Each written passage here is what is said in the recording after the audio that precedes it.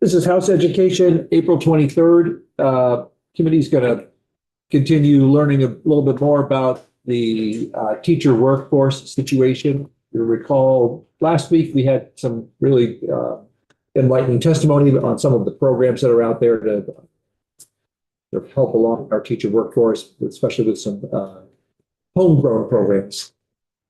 To get some sort of data from the agency today as well. Before we dive into that, just some scheduling updates. Yeah. So we are not, after this testimony, we are not going to have a walkthrough of 227 because just scheduling problems with legislative counsel, and he's been sent to do some reworking of the bill to mostly making the order of it so it's very clear as to like what's policy, what's procedure, what falls where. Okay. So we're going to go through it tomorrow at 9. Remember, 9 tomorrow. If we can get through it and vote, we will. I'll try to make sure that it's okay if we're not on the floor for the first 15 minutes or so. If not, maybe we'll try to come back after the floor. So that's the plan for that. Because tomorrow looks like a very quick floor as well, we moved the Education Finance 101 lesson from after lunch to before lunch. Lovely. And so that is that. And you can thank me all you like, but it's really Matt who says, hey, should I bump this over to 11? Okay. So is there something happening that's going to be scheduled for after lunch? At this point, no. Yes. All right, well, let's move into our testimony for now on teacher workforce. Andrew Prouton, I think, is joining us online. No, you were up online probably to just get your thing up there. Thank you very much. Andrew and Amelia, right? Great. You got everything out there? Can I just, it's okay if I use your computer? Yes. Yeah. Thanks for joining us. Thanks for putting together a presentation. Appreciate it. Yeah, thank you both, or thank you all so much for having us. So for the record, I'm Andrew Prouton. I'm the director of our Ed Approvals Division. I oversee our educator licensing, preparation, and then our independent schools, our review team, home study, maybe BOCES, so we'll see at the end of this year. And then Amelia. I'm Amelia Worsberg. I'm the Emerging Pathways Coordinator. I'm with Andrew, and my position is focused on alternative pathways to teacher licensure, specifically teacher apprenticeship programs. And Amelia's position was created after the Emerging Pathways grant that came out of here in partnership with the Department of Labor, which I know we've had a lot of conversations with them coming in. So I'm going to be sharing a bunch of different data. A lot of you have probably seen some of the same charts over the years from me, so just been updating it. I wanted to start by kind of putting into this larger framing that you've been hearing a lot from us around some of the federal compliance components from the federal monitoring from the past year or so.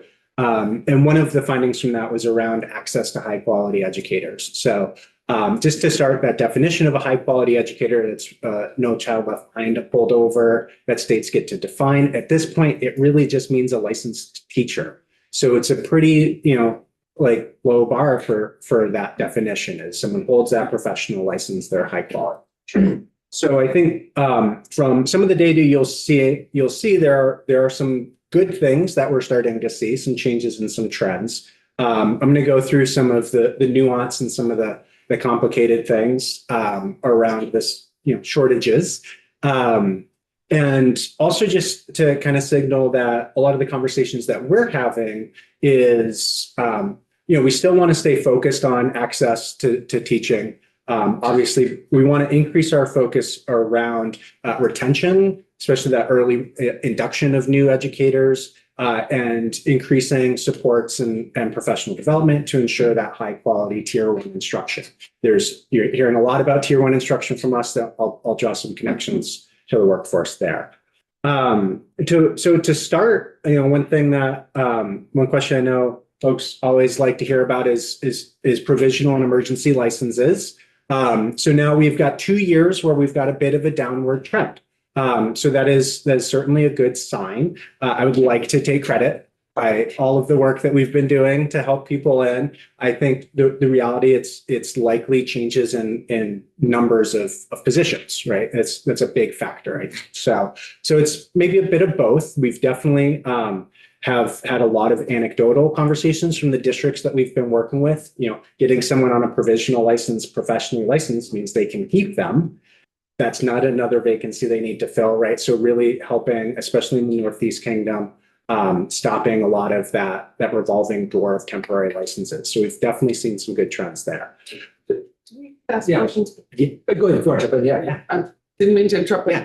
but this chart is for provisional and emergency licenses. Is there Yeah. a difference between the two on the Yeah. trend? That's what I'm. Oh, for the trend. Yeah. So emergency licenses are weird because there's 1 year. lots of different types of situations. Historically, it was just a retired teacher who didn't want to reinstate their license. Yes. So there are some differences. I'll go into the endorsement areas, but by a lot of like a new trend that we've seen over the last couple of years is someone hired under an emergency license. We work with them to pass the testing or take additional coursework, and then they can get on a provisional license the next year. So that's kind of a newer trend. Yeah, so what we're seeing a lot of folks who are moving from that emergency to the provisional, which is great because it gives them some more time. A lot of them are members of the community. They want to stay. They live in the town, so they're not going to move as soon as they have the license. So, but you can see, yeah, the trend is starting to go down. I mean, we're still in COVID numbers right now in these licenses. The majority of them are provisionals. These are also the first. The provisionals that we've issued this year. So a provisional license can be 2 years. You can get an extension on it. Technically, it's not an extension, but it's an extension. So this is not including anyone who's working under that second year or third year of the provisional, right? These are just the ones that we've issued. But from what we've seen, oftentimes people on provisionals, like they may only be covering a 3-month leave of absence or something like that. So it's not necessarily a provisional license doesn't mean this person's working in that school for 2 years. We are talking about maybe coming up with a new type of license for those long-term subs because it really doesn't make sense to give them a 2-year license because then they can't get that temporary license in the future again if they've done that. So I assume that this may not be your bailiwick, but that also then brings in collective bargaining agreements issues because if you are a long-term sub, you're getting a per diem, but if you're a provisionally licensed teacher doing a fill, and I assume that then you get put on the salaries. yeah, if you have that temporary a provisional license counts towards retirement and everything, an emergency license does not. I think there might be some differences in some districts, but generally, if someone's that long-term sub who is beyond that 30 or 60 days, getting too in the weeds, they'll often be put on that contract because they know. Yeah, right. Yeah. Another trend there, I couldn't come up with a good visual, so I just put some numbers on the side, is that, pre-COVID, it was about 50-50, right? 48% of provisional licenses were someone who had no other license, right? So if an elementary ed teacher decides to become a special ed, they can get that provisional. During that peak COVID, the majority, I don't have 2024 numbers when we were going through the new system and everything, but we were at least 60% were totally novice folks with no other license who were filling those positions. That number has also gone back down. We're still a little bit higher than that pre-COVID. We're down to, it's 52%, but we're closer to that like 50-50 mix between the two. And then the breakdown, if we look at the specific endorsements, one difference between provisionals and emergencies is unless they are a retired teacher who had that license in the past, we do not issue emergency licenses for special ed, administrators, school counselors, those types of roles.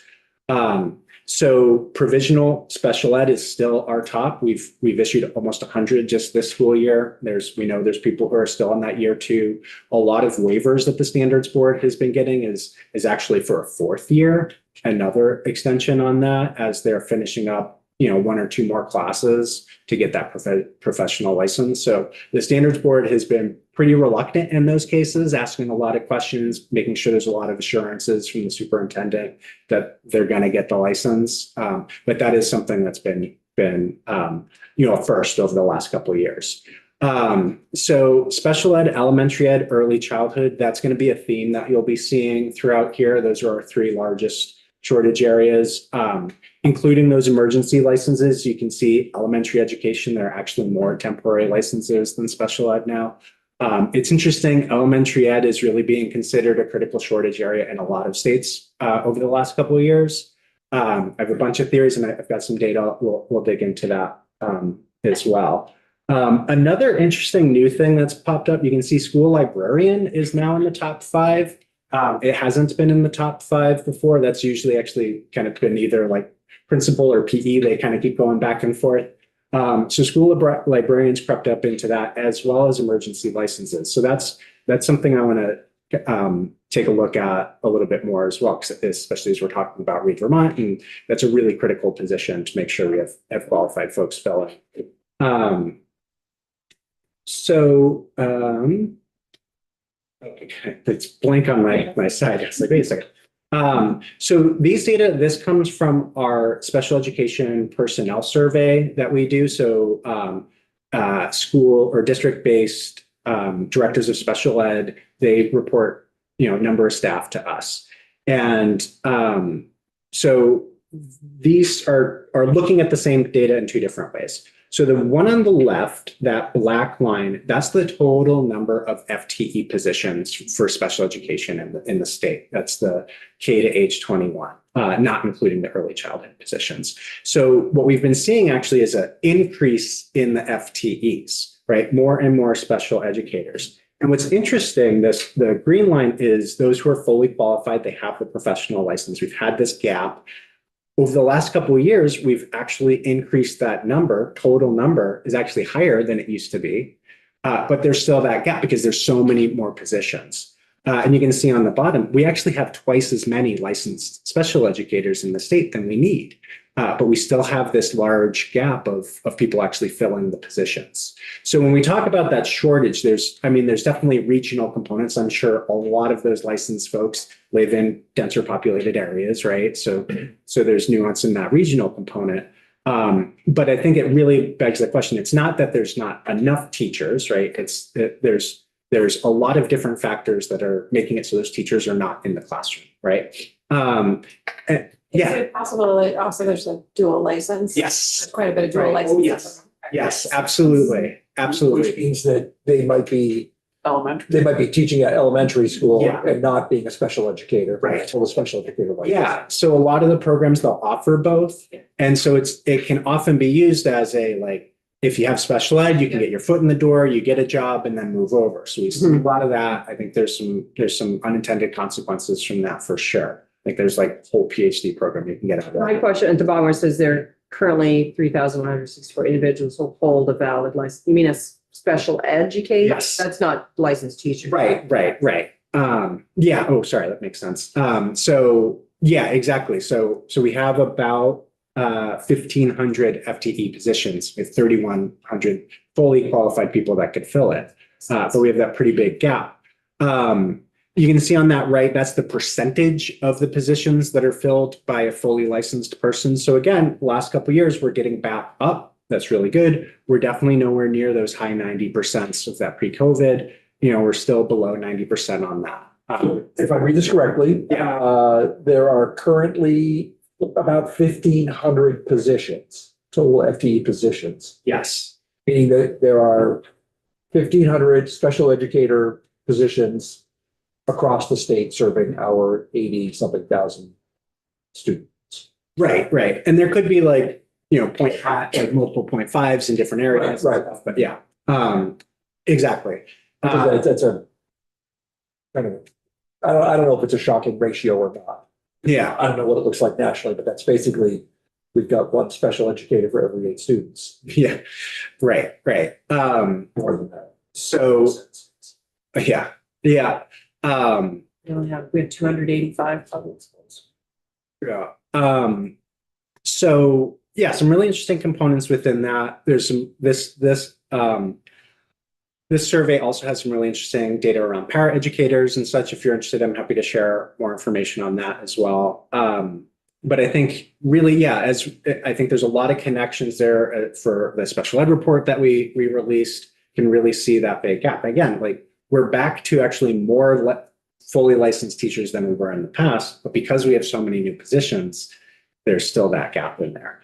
And if you look at, again, like this is all statewide data. If you look at a lot of our, especially, you know, our highest free and reduced lunch schools, our rural communities, these percentages are going to be much higher. Some of our schools will see like 50% of their staff that are not fully licensed. Of course, that's smaller numbers. It's easier to get to 50% when it's a smaller number, but there's definitely some regional variability there. Well, would you agree that the number of emergency or provisional licenses is pretty much a statewide phenomenon now? Like there are very few areas that, because I know our district is at 25%. Yeah. It used to be at 0. Yeah. Yeah. I think even the districts that have, you know, historically not had issues, they're still having some. I mean, there's definitely, I've been hearing more of like, we're starting the school year fully staffed. It's like, okay, great.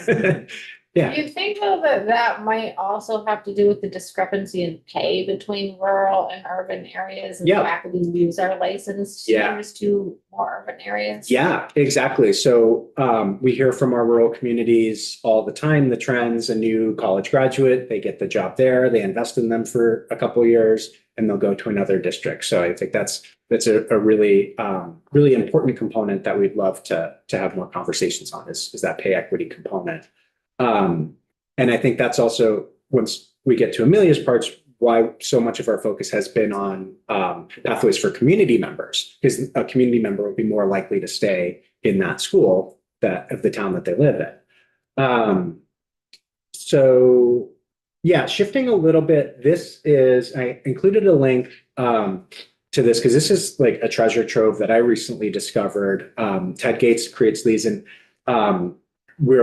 he's going to be updating it any day this week with the newest year. But this report is FTE reported by districts for all of the different positions. It gets down to the different types of positions.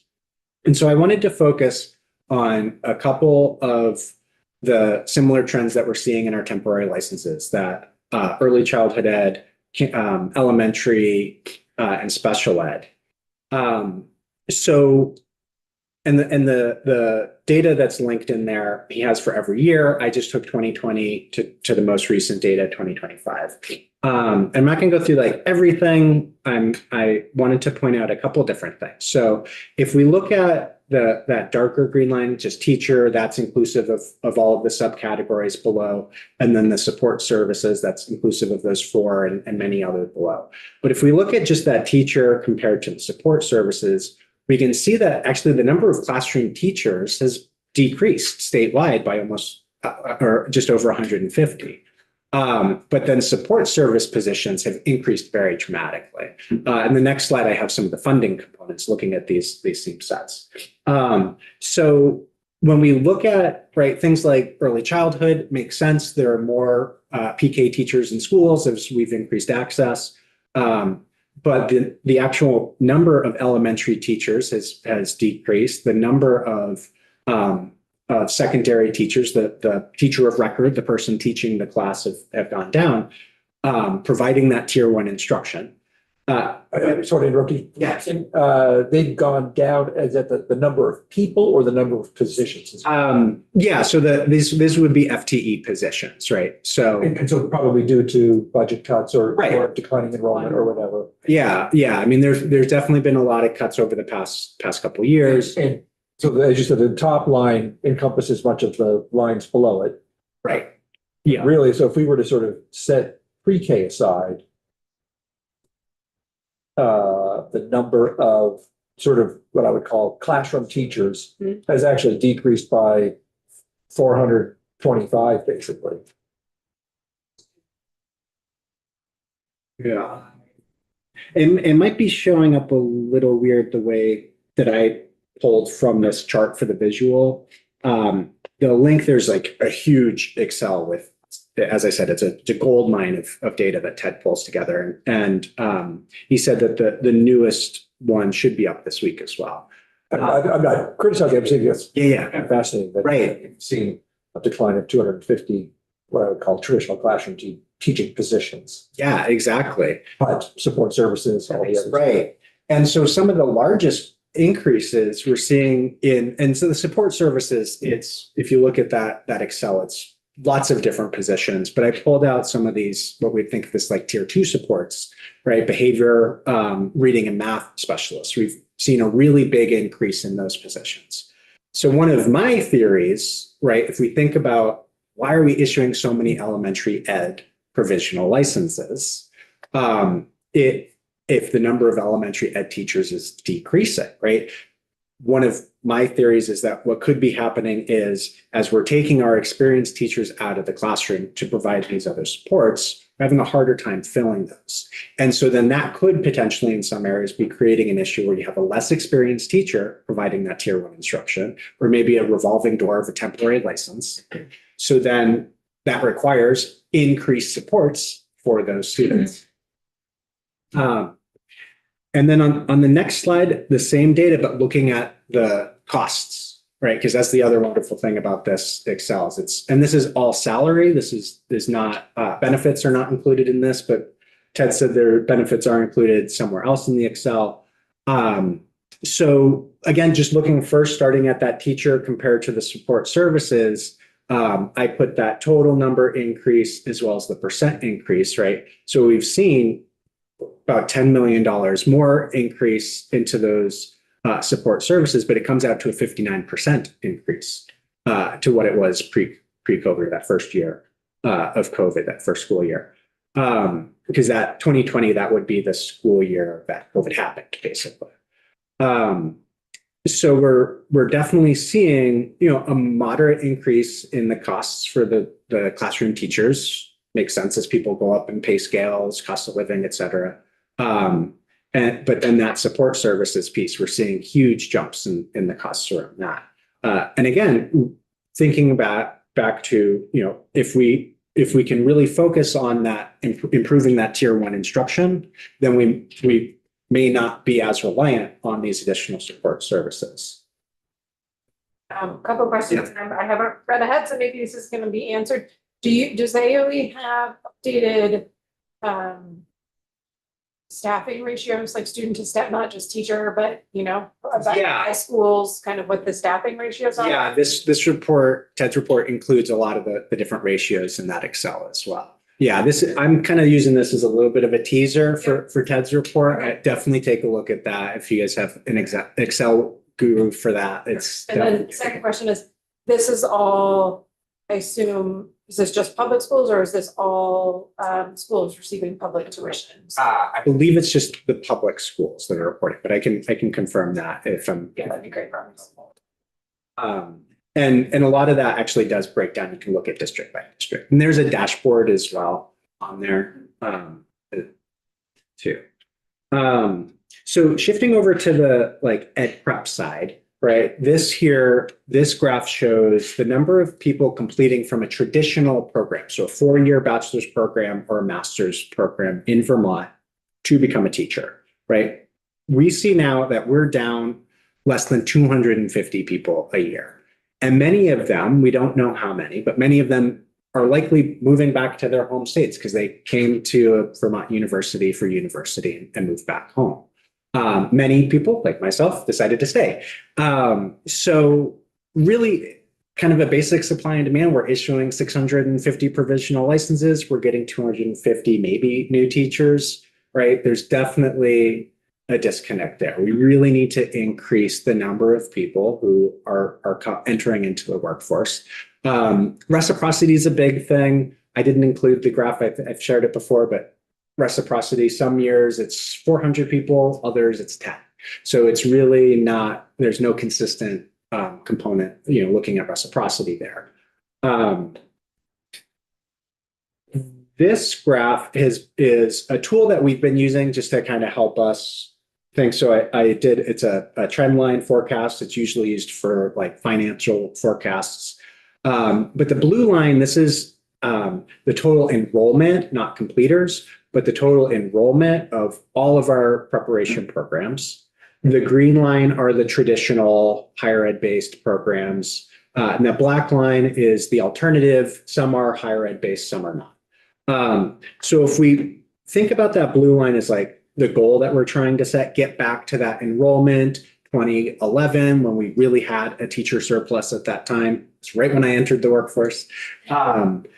If we wanted to get back to that point, get to that level of enrollment, you can see that green line, the trend, is for our traditional programs is plateauing, right?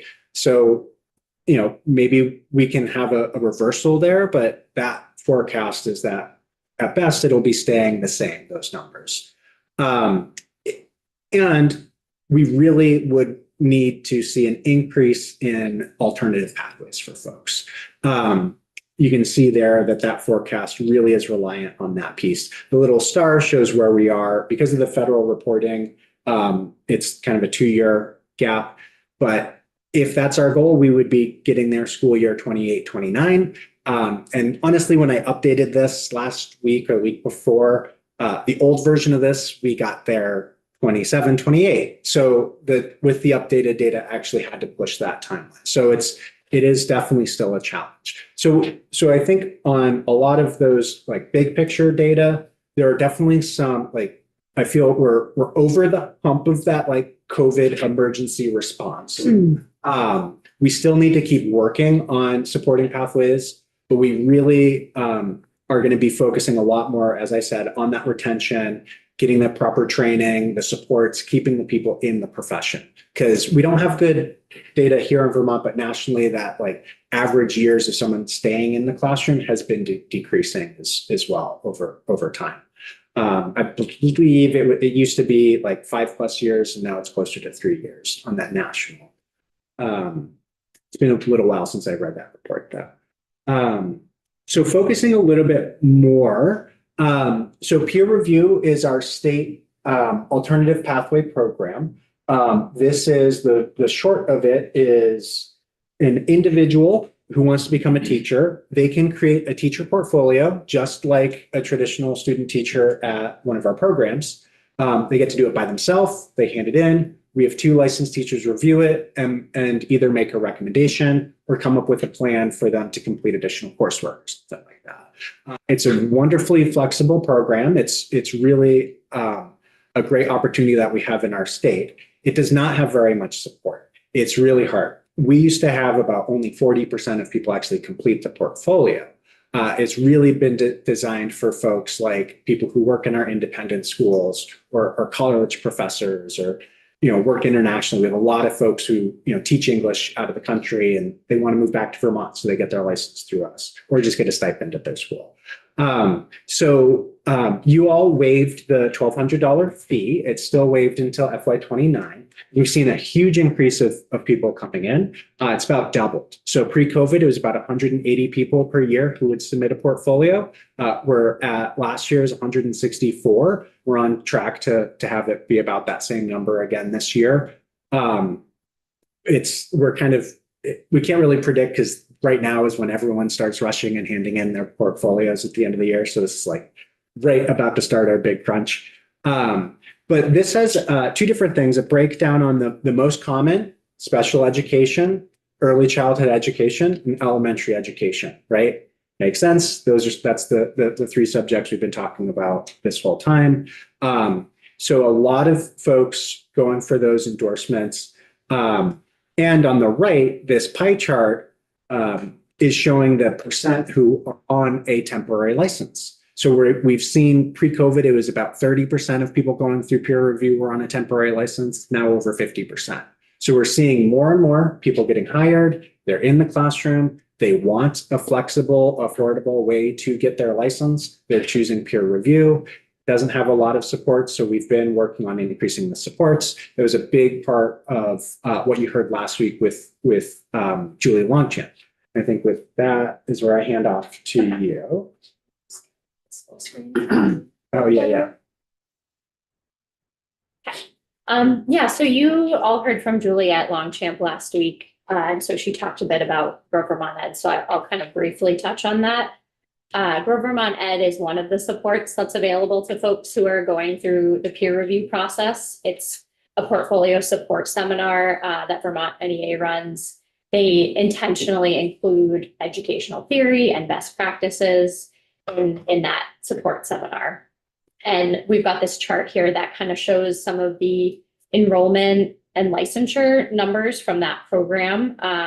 So that's pretty interesting to look at. And a lot of folks have really, as you can see, utilized that support to successfully get through the peer review process. Is this supposed to take a year to do? So Or I guess Yeah. the real question I'm trying to ask is, it looks like there's a lot less people licensed that are enrolled in this Mhm. program. So there's a lot of folks who, as Andrew mentioned, provisional license is 2 years. So some folks might start the process Yeah. in their first year and they might, people from 24, 25, they're still might be working on it. So they might do the Grow Vermont Ed course their first year and then take another year to complete Okay. the program. But yeah, you can see the first year was like the highest number of enrollment and matching with the number of provisional licenses issued, it kind of has dropped a little bit, but Yeah. it's still pretty popular. And there may be folks who don't stick with it too. Yeah. Someone may start the school year, they may get non-renewed, they may leave, and choose, after this year, this wasn't the right pick. I think for most of the folks who did not complete, I believe it was some of those situations where they didn't work out to be a teacher for them. So I'm gonna dig into registered apprenticeships a little bit. So a little similar, but kind of shifting focus.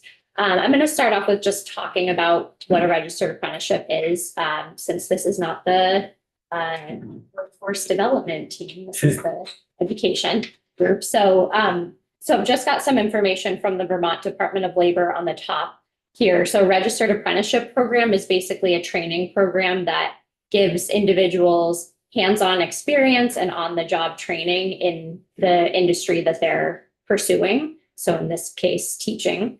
And in a registered apprenticeship, someone is working alongside an experienced professional while they're receiving that on-the-job training and coursework, which is referred to as supplemental instruction.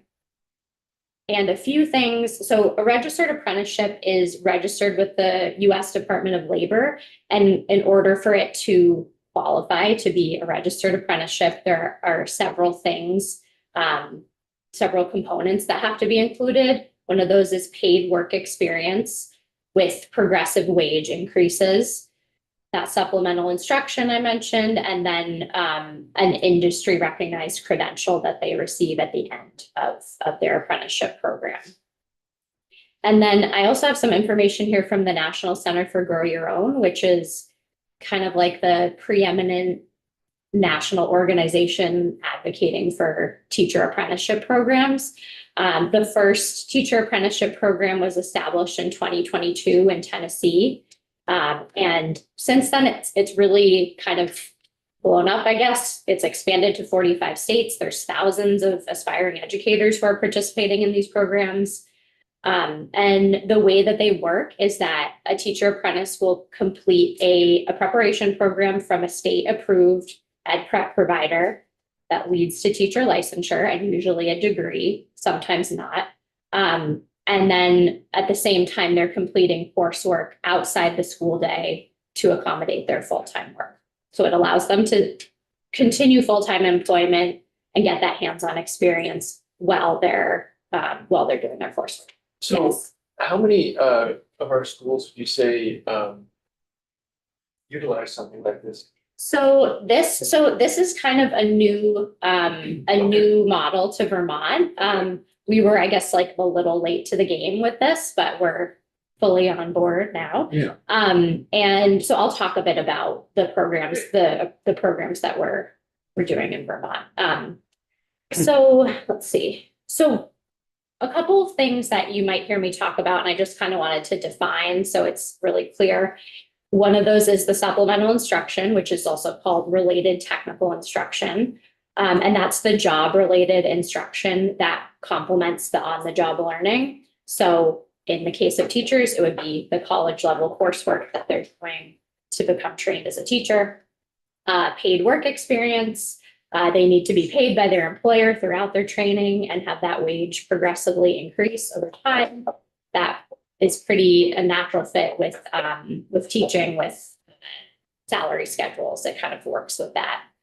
And then the last piece, which is really important, is mentorship. So apprentices are paired with a really skilled mentor who guides that structured on-the-job learning. Okay, so now I'm going to talk about how this is happening in Vermont here. So last week you also had John Castle in to talk about, I'm trying to remember what he was presenting on, lots of things. But anyways, John is great. So he and Vermont Rural Education Collaborative originally were the folks who launched this program, the peer review teacher apprenticeship program. So they worked in partnership with the Vermont NEA and 7 school districts in the Northeast Kingdom. So, you know, as Andrew was mentioning before, the Northeast Kingdom really districts have a challenging time recruiting and retaining fully licensed educators. So John and VREC saw that need and thought about, like, how can we fill that need? So their goal with this program was to provide a supported, accessible pathway to licensure for those teachers who are working under a temporary license. In this case, this program is focused on folks who are going through the peer review process, who already hold a bachelor's degree.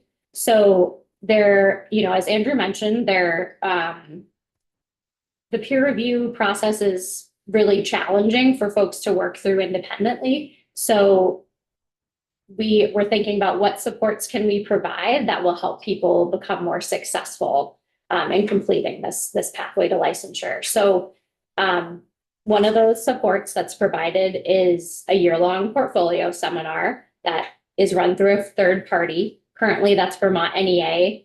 We're also working with the Vermont Association for the Education of Young Children. I think I got all those letters right.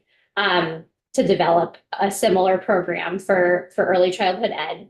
And then an educator prep program could also easily slide into this as another provider. So just a little bit of information about the cost. You know, I think affordability is a huge thing for a lot of folks who want to become a teacher. And with this program, the Vermont NEA course, they charge $2,100 for 3 credits through Vermont State University, $1,800 for the non-credit option. I think all the folks who participated in this program have used their professional development funds through their negotiated agreement. So it's really affordable for them. There's also another support that's provided is the mentor teacher who's hired within the district or assigned within the district, I should say. And currently we pay them a $1,500 stipend or compensation, which is we're using grant funding through the U.S. Department of Labor, and we're distributing that. So we've been really fortunate to be able to offer that and provide them with meaningful compensation for their work, because that is a really, really valuable piece of this program. Yeah. And Is there training or support for the mentor teachers? yeah, so yes. So one of the requirements with for the mentor teachers is that they've gone through some sort of general mentor training in the past, whether that's, you know, through Vermont NEA or through their school district. And then we do also give some program specific training as well. And that was part of the compensation is it's not a lump sum stipend. We're actually doing small scale contracts. So it's deliverables. So some of the deliverables are participating in a mentor cohort, which has been posting. Yeah. Sure. Just so that I understand. So you're saying in 24, 25, you enrolled 27 participants. Mhm. Of those 27, 19 became licensed. Yeah. And- Within that same year.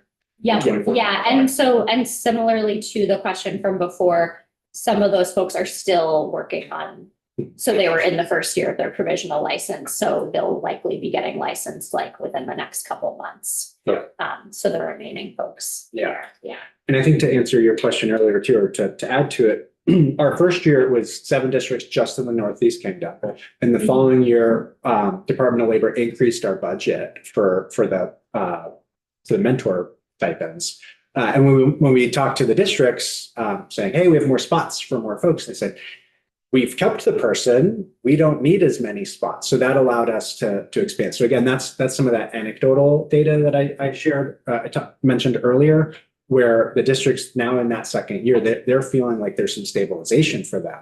So now we've been able to expand to Slate Valley. We've got a couple in Burlington, and we're starting to have conversations of what next year's going to look like, hoping to expand further. And we're also engaging really heavily with our ed prep program.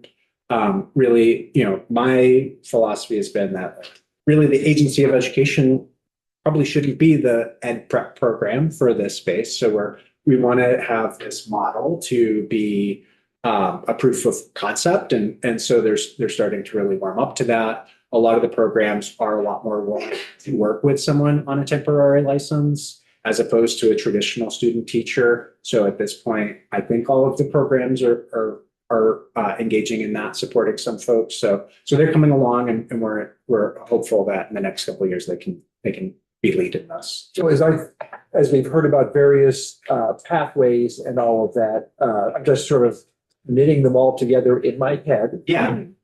So really, if you have a provisional or emergency license, or let's say provisional, and your goal is to become a teacher without sort of the resources to go through a traditional ed prep program. Yeah.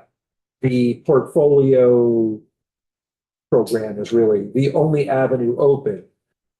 But what you're talking about, you are really putting resources into helping people through that program, whether it be through the Grow Vermont Ed NEA, or calling this an apprenticeship, which I assume the idea is call it an apprenticeship because it meets the definition, but that allows you to draw federal dollars to provide mentorship, compensation, all that. Am I Yeah, spot on. characterizing that correctly? Yeah, it's been entirely organic, right? We saw more people on provisional licenses applying for the program, not being successful. That's when Julie came in a couple of years ago, the additional funds that ended up being that Grow Vermont. And now this additional layer, we've been, that Grow Vermont's been a part of that. But it's not the only option. Where that's another space we're saying, for the districts, they can identify other partners. And I wanted to make a connection too as well. You had Amy Miner in a few weeks ago talking on like the provisionals for early childhood education. This is kind of part of when she and I were talking. It's like, hey, we got a solution for that problem. So we've been working really closely with CDD. And as Amelia said, from AUIC, they're going to be working on doing a support program to help those folks who already have the bachelor's degree. They have an amazing apprenticeship program already. We've been using that as a model for those folks to go through a bachelor's, but for folks who already have a bachelor's, peer review is kind of the game in town for them. So we're working through with them where basically CDD would be the sponsor for that temporary license instead of the superintendent. And so then CDD has more oversight over the programs. We get those additional supports, put it into the apprenticeship, access some additional funds there. So yeah, it's been, as I said, it's a very organic process. If I were a bachelor's degree holding person who decided after a couple of years of doing something, I'd rather be a teacher. Yeah. A financially advantageous or shrewd way of going about that might be to get a job with an emergency license, move into the provisional license program, supported, and approach licensure like that, because you're, rather than being an unpaid student teacher, you are being a paid, well, in this case, apprentice, but you're being a paid provisional license holder. Yeah, Yeah, and as I said, our ed prep programs have really been making those changes to support folks on that. Especially our non-degree ones they really work towards trying to find grants and stuff. Of course, as soon as now you're working as the teacher, they may not qualify for some of the same supports, financial supports. So it absolutely comes into that. But again, what we've been seeing with the shortages during the pandemic is, literally parents who are saying, there's a vacancy in my school, I'm going to apply. And they may already have a master's degree. They've got the mortgage and the college debt. And they're like, I will do this, but I'm not paying a dime. So, we've been trying to meet that need. I mean, I'll maintain if you are going to compare them side by side, I think an individual going through a traditional program is going to get much more support, much more training, much more academics, likely a higher quality educational experience for them than they would going through peer review and supports. You really have to be a very dedicated, determined person who's like probably already that above average to be successful, right? And that's exactly what we've been seeing is creating a pathway for those folks, which often are some of the best teachers are the ones who can be scrappy and do something without very many resources, right? Yeah. Do you think with these alternative programs, if we went to a sort of EQS measure that required independent schools to have licensed teachers, that this program could, within a timely manner, handle the amount of independent school teachers that needed to get licensed to meet those standards? Yeah, I mean, as I said, I mean, it's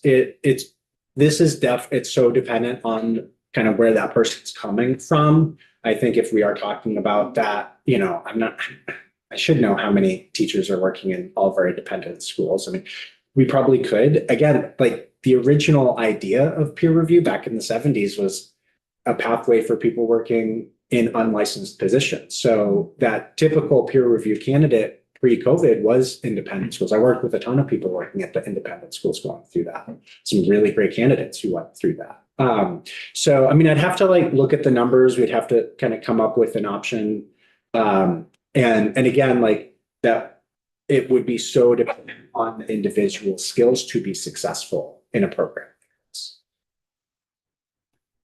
Right, I mean, I guess my question wasn't so much would every single one be able to pass and make it, but would the agency itself be able to handle that, much more saturated few years of? Yeah. Yeah, I mean, I'd need to know if all of a sudden we had 300 more people who applied, that would double the numbers, right? So that, we're capacity is already a little bit tight, but it's something that we would make work if we had to. I think that's one thing we've shown ourselves to be able to do. Any last questions on this program? Is the Department of Labor funding year by year right now? Is there any? Yeah. Projection of if this will continue? Yeah, so it's the state apprenticeship expansion, SAFE, SAEF. So that was a 5-year grant. We have 2 more years on that. And we're exploring other options. Broken clocks. A lot of the federal guidance is looking at Title II funding and really not changing the guidance, but reinforcing a lot of the existing guidance around supporting this type of program. It's always been allowable, but a lot of schools like to play it safe and do standard basic professional development experience.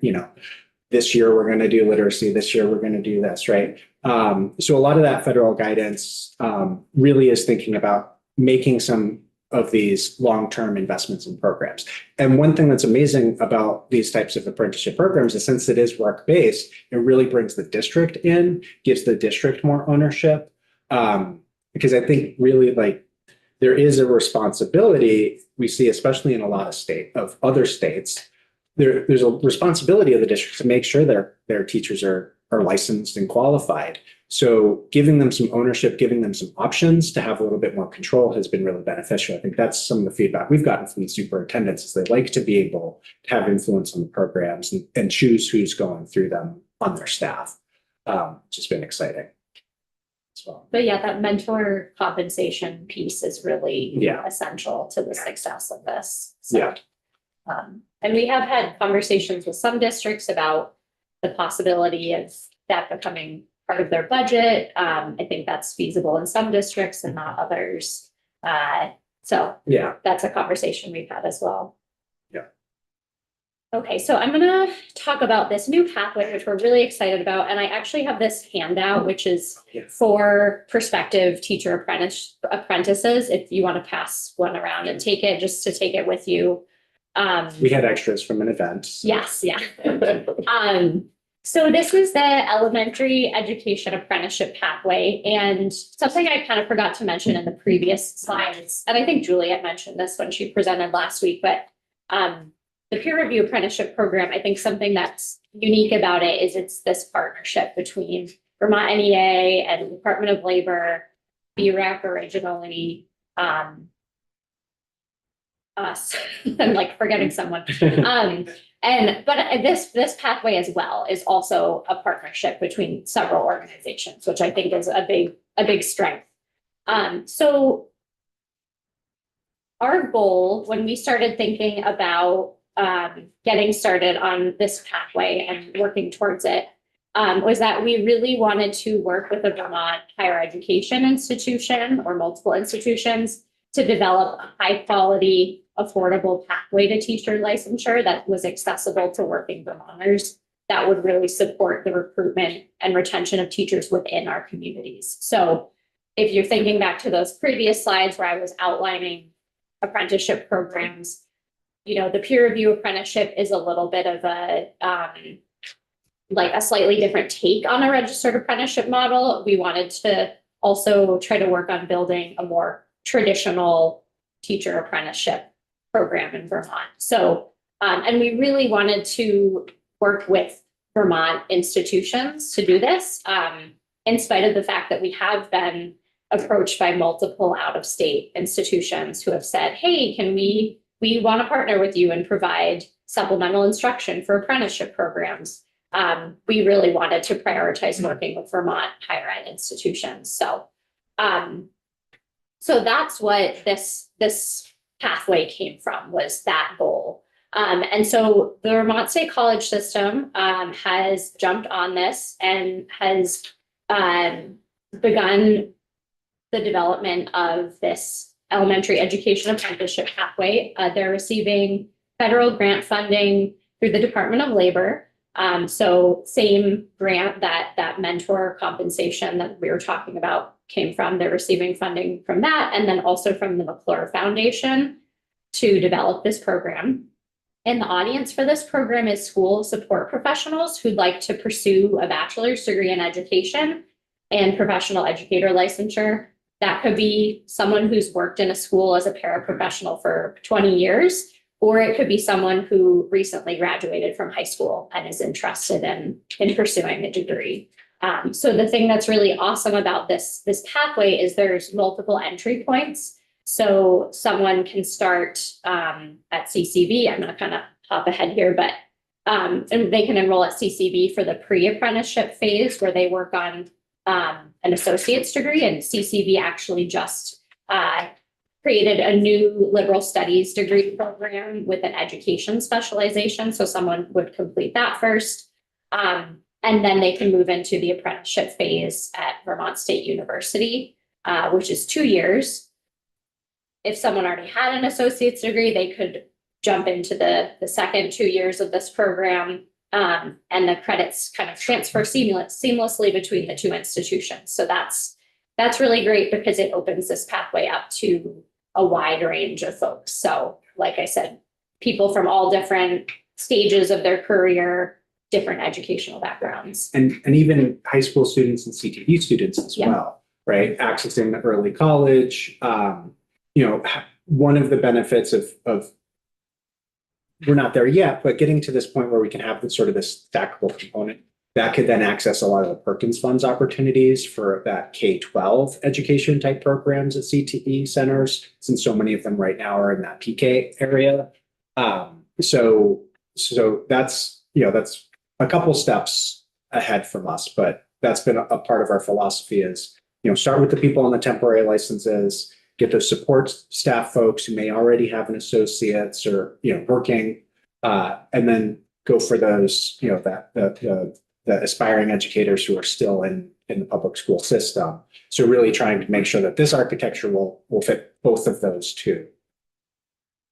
Yeah, and so this, as we talked about, apprenticeships are designed around on-the-job learning. So one of the features of this program is that the apprentice can continue paid employment in a paraprofessional role at their current school that they work at, under the guidance of a mentor teacher and a university-based field supervisor. That mentor will get a stipend through Vermont State University. And then at the same time, they'll be completing online education courses. And what Vermont State University is doing is they're using some of that grant funding to redesign their existing elementary education curriculum to move it online and make those classes mostly asynchronous so that they can accommodate their working hours essentially. And when they complete the program, they'll be granted a bachelor's degree in elementary education with special education, because that's the VTSU elementary ed program is they come out with a dual certification in both elementary education K6, special ed K8. So they'll graduate with that degree and that recommendation for licensure. Yeah, and it's coming fall 2026. Okay. So coming soon. So that's our last slide.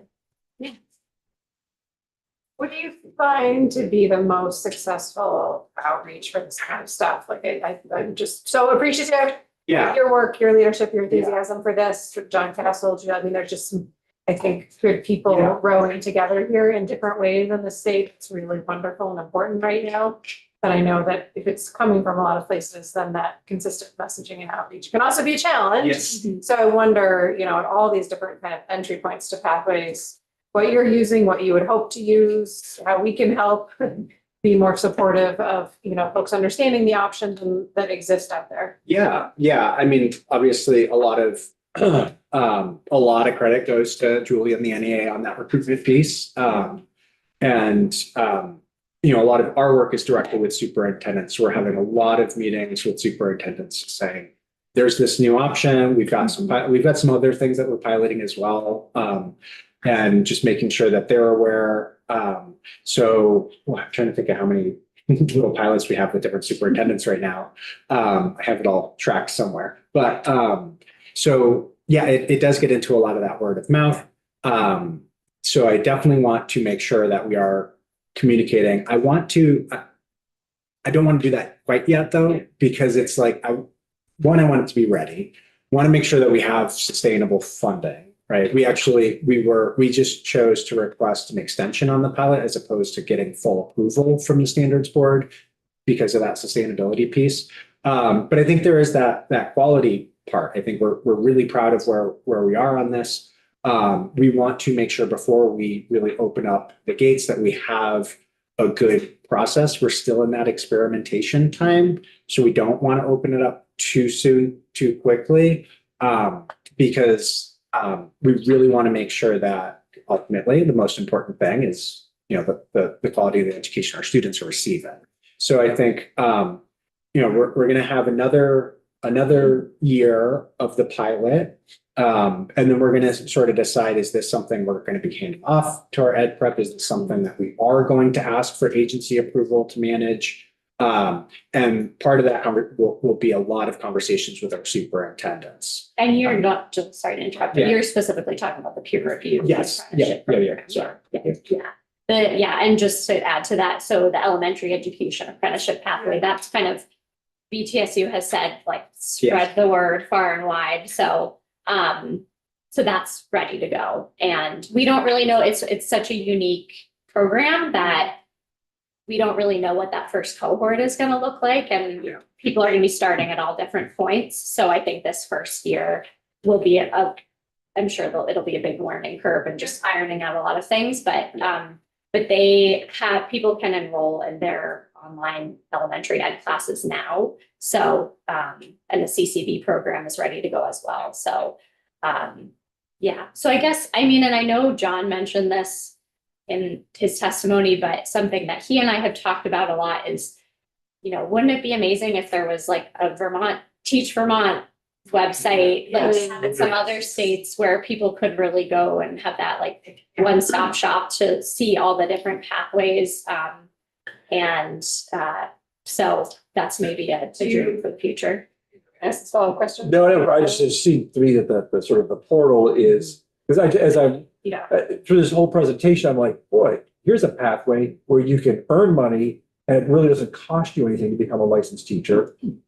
Obviously costs time, energy, and enthusiasm. Even starting off with no degree or got a degree of some kind. It's just, you know, it's like, depending on your household income, of course. But, geez, And I think, there are a lot of options here that people probably need a navigator Yes.